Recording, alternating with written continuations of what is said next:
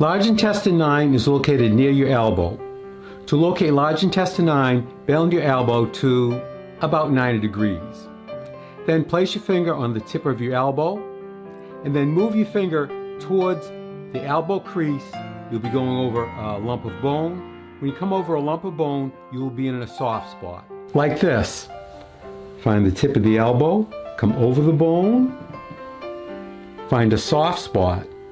Now, find the point that is the width of 4 fingers below that. Right over here.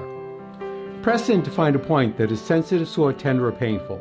That is large intestine 9. Activate this point by rubbing the area quickly 5 times. Take a break for a count of 5 and repeat 4 more times.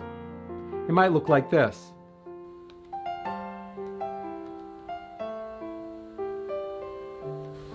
Or if you have an acupressure instrument called a Testimonials, it might look like this.